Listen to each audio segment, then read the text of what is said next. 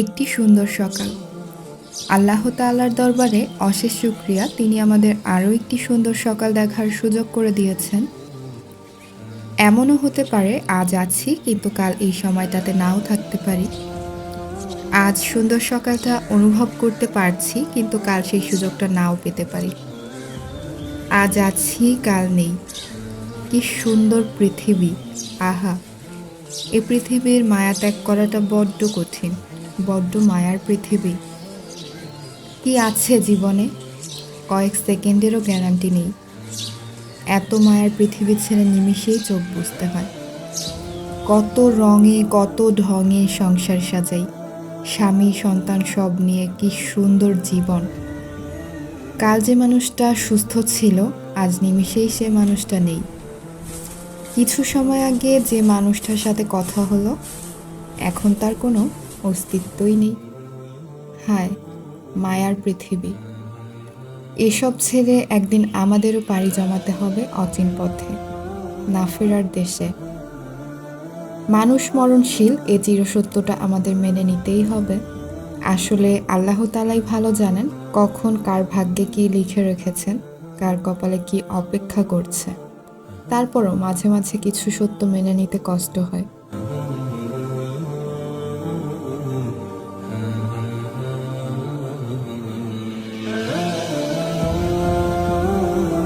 আসসালামু আলাইকুম এভরিওয়ান, আমি সুমাইয়া জান্নাত আপনাদের মাঝে আবারও একটি নতুন ব্লগ নিয়ে হাজির হয়েছি। আশা করছি পুরো ভিডিওটি জুড়ে আমার পাশেই থাকবেন। আই হোপ আপনাদের কাছে একটু হলেও ভালো লাগবে। আজ কিন্তু ভিডিও রিলেটেড তেমন কোনো কথা আপনাদের সাথে শেয়ার করছি না। আজ জাস্ট আমার কাজকর্মের পাশাপাশি আপনাদের সাথে কিছু প্রয়োজনীয় কথা শেয়ার করব। আসলে আমার কাছে মনে হলো এই বিষয়গুলো নিয়ে সবারই জানা প্রয়োজন বা সবাই একটু সচেতন হওয়া উচিত। তো সেই জায়গাটা থেকেই কিন্তু ভিডিওটা মেক করা। আপনাদের কাছে একটা রিকোয়েস্ট থাকবে, প্লিজ ভিডিওটি না টেনে শেষ পর্যন্ত দেখবেন। আমার ভিডিওর মাধ্যমে যদি কারো কোনো একটুও উপকার হয়ে থাকে তবেই কিন্তু আমার ভিডিওটি মেক করা সার্থক। আজ আপনাদের সাথে শেয়ার করতে যাচ্ছি জীবনযুদ্ধে হেরে যাওয়া এক নারীর গল্প, এক মায়ের গল্প। আল্লাহ তাআলা হয়তো দুনিয়াতে তাকে মা হওয়ার সুযোগ দান করেননি, তবে আখিরাতে তাকে উত্তম স্থান দান করুক, আমিন। মা ডাকটা যে কতটা মধুর, কতটা শান্তির, তা হয়তো মা হবার আগ পর্যন্ত অনুভব করা সম্ভব না।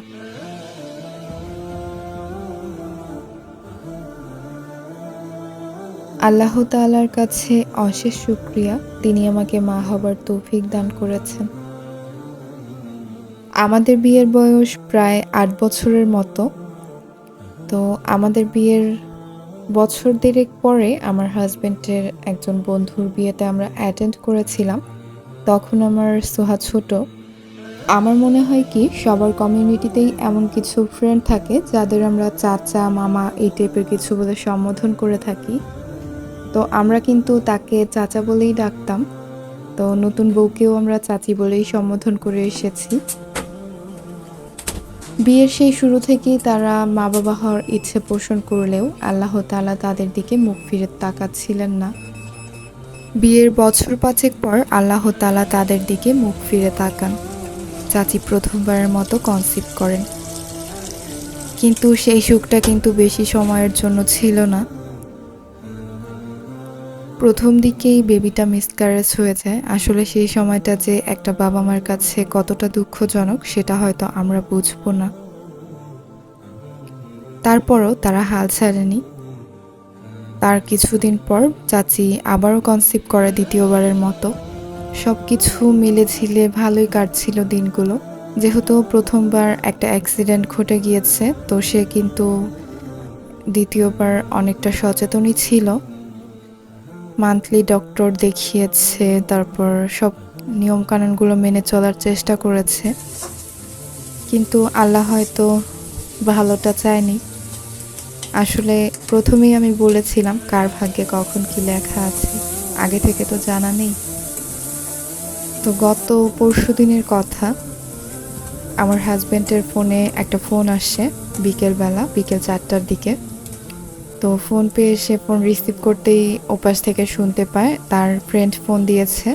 তো বলছিল যে ওনার ওয়াইফ হচ্ছে মেডিকেলে অ্যাডমিট আছে, ওনার 8 মাসের সন্তান ওনার গর্ভেই মারা গিয়েছে, আর তার হচ্ছে ব্লাড প্রয়োজন। তো আমার হাজব্যান্ডের ব্লাডের সাথে তার ব্লাডের গ্রুপটা মিল থাকাতে সে যেন তাকে যেয়ে রক্ত দিয়ে আসে। তো শোনার পর সে বলল আচ্ছা ঠিক আছে, যখন প্রয়োজন হয় ফোন দিয়ে জানায় যেন। তখনকার মতো ফোনটা রেখে দেয়। পরবর্তীতে আর কথা হয়নি। ঘুমাতে যাবার আগে আমি তাকে জিজ্ঞেস করলাম যে ফোন কেন দিল না। তো সে হচ্ছে বলছিল যদি প্রয়োজন হয় তখন ফোন দিবে বলেছে। তো তখন আর কোনো খোঁজ খবর নেওয়া হয়নি, ঘুমিয়ে পড়েছি যেহেতু শরীরটা খুবই ক্লান্ত ছিল। রাত 2টার দিকে একটা ফোন কল পেয়ে হঠাৎ ঘুম ভেঙে যায়, আর তখন ঘুম ভাঙতেই শরীরটা কেমন যেন লাগছিল যে হুট করে এত রাতে কেন ফোন দিল। তো আমার হাজব্যান্ড হচ্ছে বলছিল হয়তো ব্লাডের প্রয়োজন, তো এই জন্য ফোন দিয়েছে। ফোন আগে রিসিভ করে দেখি। তো ফোনটা রিসিভ করে যেই খবরটা পেলাম সেটা শোনার জন্য কিন্তু আমরা কেউই প্রস্তুত ছিলাম না। তো আমার হাজব্যান্ড শুধু এতটুকুই বলছিল, কি বলতেছো? আর এই কথাটা শুনে আমারও আসলে তখন কি যে একটা অবস্থা হয়েছিল। আসলে একই ব্যাচের ধরতে গেলে সবাই। তো ফোন কেটে সে অনেকক্ষণ চুপ থাকার পর আমি যখন জিজ্ঞেস করতেছিলাম যে কি প্রবলেম, কি হয়েছে, তখন বলতেছিল যে আমার হাজব্যান্ডের যে ফ্রেন্ড ওনার ওয়াইফ আর এই পৃথিবীতে নেই। আসলে কয়েক ঘন্টার ব্যবধানে আমরা এই কথাটা আসলে এক্সপেক্টও করিনি। ভেবেছিলাম এ ধরনের প্রবলেম তো কতজনেরই হয়েছে হয়তোবা, আল্লাহ হয়তো সুস্থ করে বাড়িতে ফিরিয়ে আনবে। তো সেটা আর হলো না। তখন জাস্ট আমি একটা কথাই বলছিলাম, আর রক্ত প্রয়োজন নেই। সারাটা রাত আমার ঘুম হয়নি। রাত 2টো থেকে শুরু করে 4টা পর্যন্ত বিছানায় গড়াগড়ি করেই কেটেছে। ভোরবেলা চোখটা লেগে আসার পর আবারও কিছুক্ষণ পর ঘুম থেকে উঠে গিয়েছি।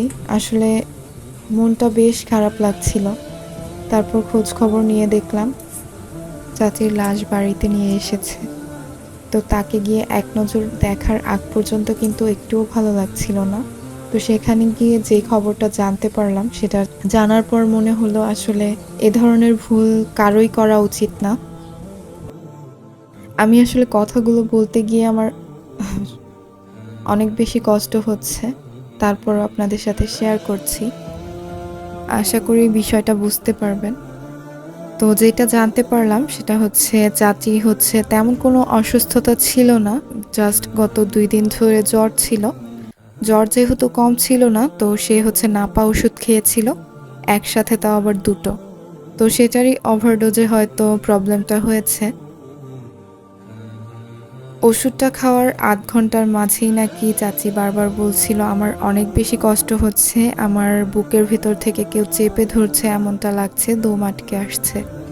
তো সেই সময় কিন্তু তাকে তাড়াহুড়ো করে মেডিকেলে নিয়ে অ্যাডমিট করা হয়।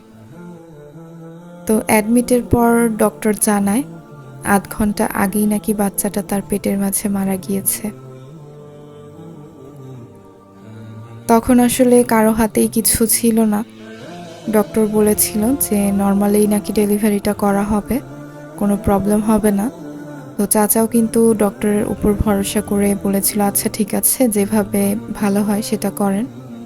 তো তখনও কিন্তু আসলে কেউ চিন্তা করেনি বিষয়টা এই পর্যায়ে পৌঁছাবে। চাচিকে হচ্ছে বেডে রাখা হয়। তো শেষমেশ দেখা যায় কি যে তার অবস্থা আরও খারাপের দিকে চলে যাচ্ছিল। তো শেষ পর্যায়ে মেডিকেল থেকে বলা হয় আমাদের এখানে ডক্টর নেই, আপনারা অন্য কোথাও নিয়ে যান। তো চাচিকে হচ্ছে অ্যাম্বুলেন্সে করে অন্য একটা মেডিকেলে নেওয়ার পথে মাঝ রাস্তাতেই চাচি শেষ নিঃশ্বাস ত্যাগ করেন। কত ছোট্ট একটা গল্প, একজন মায়ের জীবনের গল্প। এখানে কার অবহেলায় এই কাজটা হলো জানি না, তবে আমার কাছে একটু খারাপ লেগেছে মেডিকেলের ম্যানেজমেন্টের উপর। আসলে তাদের কেমন ম্যানেজমেন্ট? একজন রোগীকে কি তারা মানুষ মনে করে না? তখন যদি তারা ডাক্তার নাই থাকবে তাহলে কেন ভর্তি রেখেছিল? বলতে পারতো যে আমাদের এখানে ডক্টর নেই, অন্য কোথাও অ্যাডমিট করেন। আসলে খারাপ লাগা থেকেই হয়তো কথাগুলো বলছি। ভাগ্যে হয়তো এটাই ছিল, কার দোষ ছিল জানা নেই। তবে আপনাদের কাছে একটা রিকোয়েস্ট থাকবে, কখনোই না জেনে কোনো ডক্টরের পরামর্শ ছাড়া কেউ কোনো ওষুধ খাবেন না। এই সময়টাতে তো একদমই না, কারণ দেখা যায় একটা ডিমালা মাছ যেমন এই সময়টাতে নরম থাকে, একজন মায়ের জীবনও কিন্তু এই সময়টাতে অনেকটা সেনসিটিভ থাকে, অনেকটা ঝুঁকির মুখে থাকে। তো আমাদের উচিত একটু সাবধানতা অবলম্বন করে চলা, একটু সচেতন থাকা। ভাগ্যে যেটা আছে সেটা তো হবেই, ভাগ্যের উপরে কারো হাত নেই। তারপরও আমাদের একটু সচেতন থাকতে হবে। একটা ছোট্ট বেবিকে যদি 500 mg 2টা ওষুধ একসাথে দেয়া হয়, তবে তার ওভারডোজটা কতটা ভয়ানক হতে পারে সেটা আসলে আমাদের বোঝা উচিত। কারণ এ পর্যায়ে যখন মাতৃগর্ভে একটা সন্তান বেড়ে ওঠে, তখন কিন্তু মা যাই পান করুক বা সেবন করুক, সেটা হোক খাবার বা ঔষধ, সেটা কিন্তু সন্তানের মাঝে পৌঁছে যায়। তো আমাদের উচিত এই সময়টাতে একটু সচেতনভাবে থাকার, একটু সচেতনভাবে খাবার বা ঔষধ সেবন করার।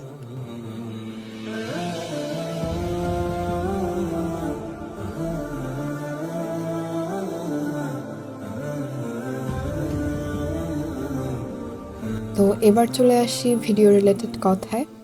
সারাদিনের টুকিটাকি কাজকর্ম আপনাদের সাথে শেয়ার করলাম। আর এখন হচ্ছে সন্ধ্যার পর, বিকেলের নাস্তাটা সেরে আমরা একটু বাহিরে বের হয়েছিলাম। বেস্ট বাইতে এসেছি, টুকিটাকি কিছু কেনাকাটা ছিল। আর দেন হচ্ছে একটা বিশেষ দরকারে যমুনার শোরুমে এসেছি। এখানেও কিছু সময় ঘোরাঘুরি করে জিনিসপত্র দেখে দেন আমরা এখান থেকে বের হয়ে স্বপ্নে গিয়েছিলাম।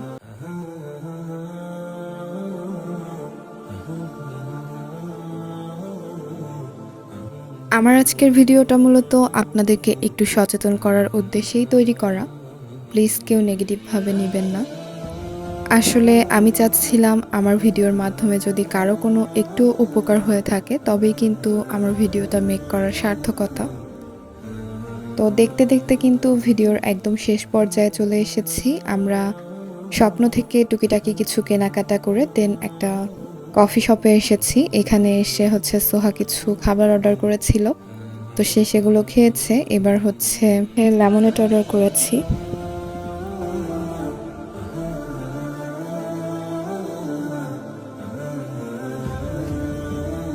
ভিডিওর এই পর্যায়ে আপনাদের কাছে একটা রিকোয়েস্ট থাকবে। আমার ভিডিওটির কোনো অংশ যদি আপনাদের ভালো লেগে থাকে, তাহলে কিন্তু একটা ছোট্ট লাইক দিয়ে ভিডিওটি আরও অসংখ্য মানুষের কাছে পৌঁছে দিতে পারেন। আপনার একটা লাইক কিন্তু আমার ভিডিওটিকে পৌঁছে দিতে পারে আরও অনেকের কাছে। আপনার একটা লাইকের মাধ্যমে আমার ভিডিওর মাধ্যমে দেয়া মেসেজটা পৌঁছে যেতে পারে আরও অনেক মানুষের কাছে। যে ভুলটার কারণে একজন মায়ের অকাল মৃত্যু ঘটল, সেই ভুলটা যেন আর কারোর সাথে না ঘটে। সবার সুস্বাস্থ্য কামনায় আজকের মতো ভিডিওটা এখানেই শেষ করব। সবাই ভালো থাকবেন, সুস্থ থাকবেন। আল্লাহ হাফেজ। আসসালামু আলাইকুম।